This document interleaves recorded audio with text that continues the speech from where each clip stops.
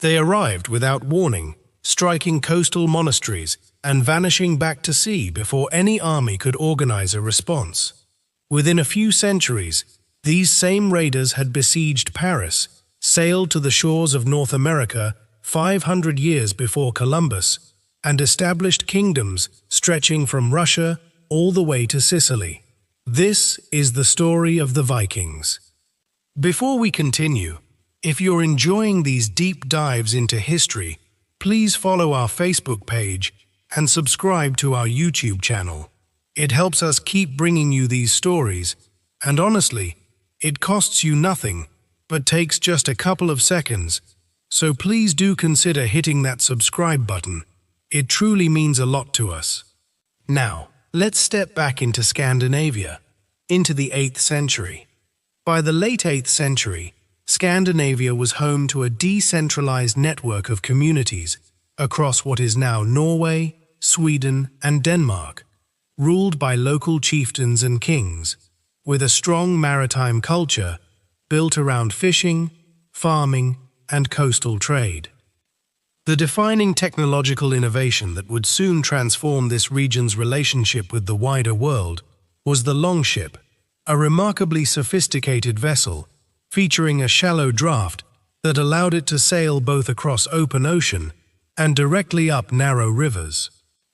This remarkable ship design meant Viking raiders could strike coastal or riverside targets with almost no warning, then quickly retreat back out to open sea before local defenders could organize any meaningful, coordinated response. The famous first recorded Viking raid struck the monastery at Lindisfarne, off the coast of northern England, in 793 CE, an attack that shocked Christian Europe with its sudden violence against what had been considered a sacred, protected religious site.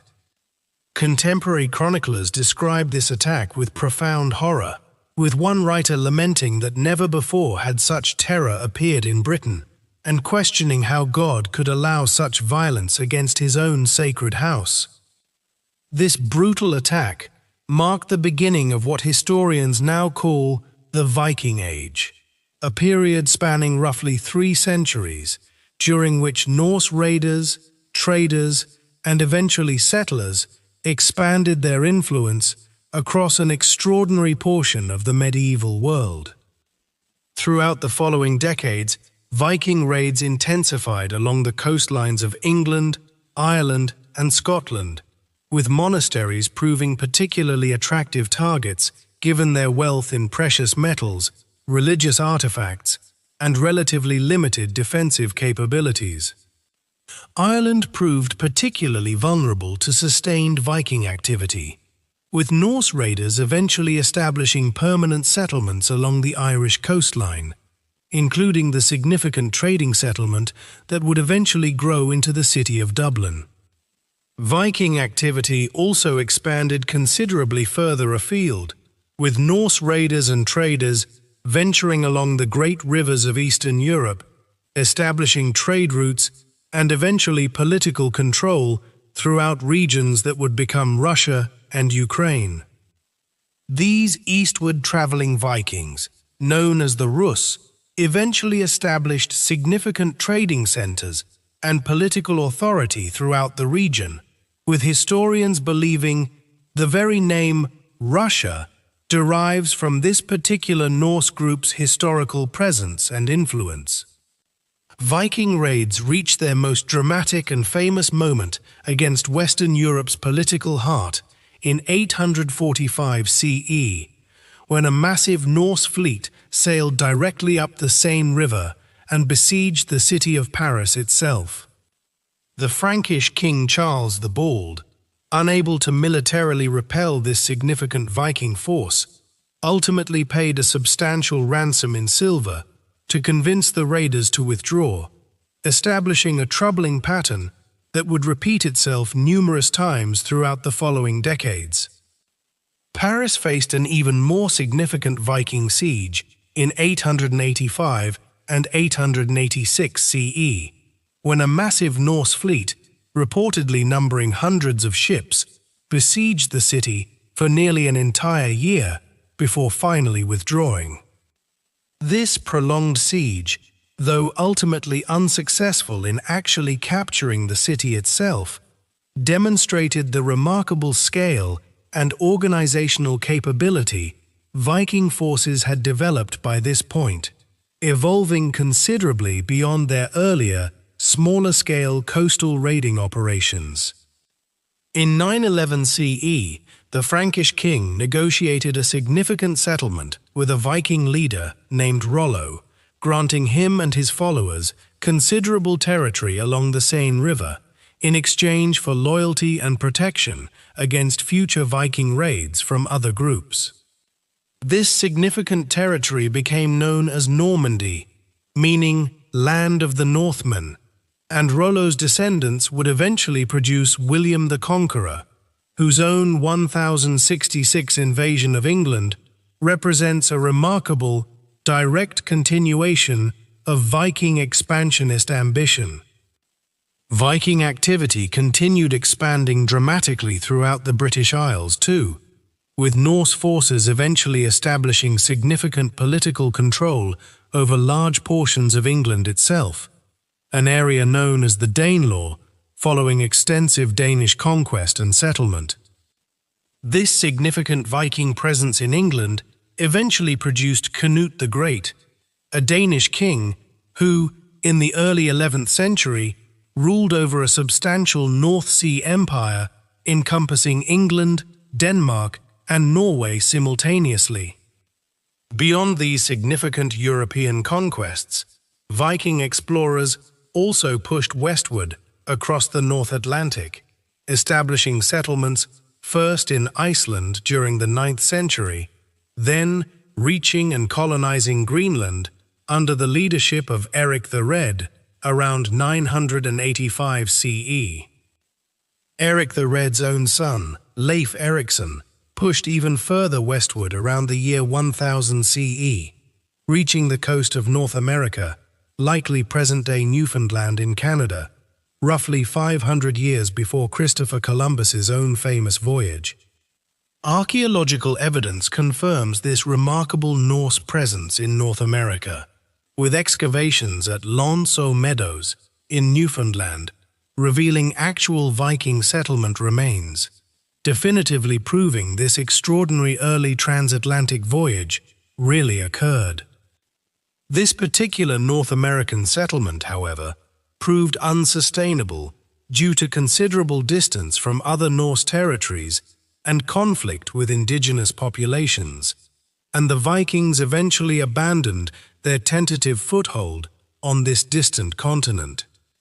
Viking activity also extended into the Mediterranean world, with Norse warriors, often serving as mercenaries, eventually establishing significant political control over Sicily and southern Italy during the 11th century. These Norman conquerors, descended from the same Viking stock that had settled Normandy generations earlier, established a sophisticated and culturally diverse kingdom throughout Sicily, blending Norse, Byzantine, Arab, and Italian influences into a remarkably unique medieval civilization.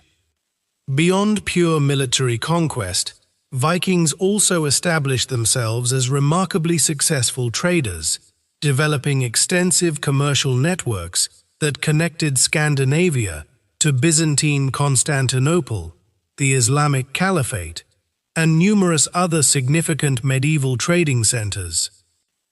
Viking traders exchanged furs, walrus ivory, and enslaved captives for silver, silk, and various luxury goods from across the medieval world, creating significant wealth that flowed back throughout Scandinavian society during this remarkable period of expansion. As the Viking Age progressed, Scandinavian society itself underwent considerable transformation, with local chieftains gradually consolidating power into more formal, centralized kingdoms throughout Norway, Sweden, and Denmark during the 10th and 11th centuries. This political consolidation coincided with the gradual spread of Christianity throughout Scandinavia, as Norse kings increasingly converted, sometimes for genuine spiritual reasons, and sometimes for pragmatic political advantages in dealing with the broader Christian European world. By the mid-11th century, the distinctive Viking Age had largely concluded, as Scandinavia had become considerably more integrated into the broader Christian European political and religious framework, gradually reducing the earlier pattern of pagan raiding expeditions. The decisive symbolic end of the Viking Age is often historically marked by the Battle of Stamford Bridge in 1066, where the English king Harold Godwinson defeated a significant Norwegian invasion force led by King Harald Hardrada. Modern archaeological and genetic research continues revealing the remarkable extent of Viking influence throughout medieval Europe and beyond, with DNA studies confirming Norse ancestry present throughout populations from Newfoundland to the Middle East. Historians today offer a considerably more nuanced portrait of the Vikings than the purely violent raiders of popular imagination, recognizing them as skilled shipbuilders, successful traders, capable administrators, and remarkably adventurous explorers who fundamentally shaped medieval world history.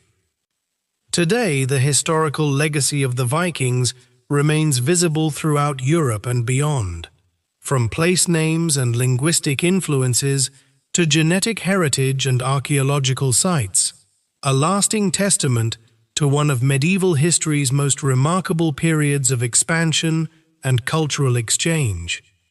Thanks so much for watching.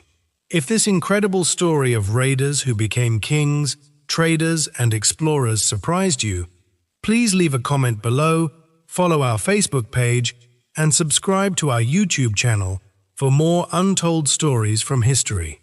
Until next time, take care.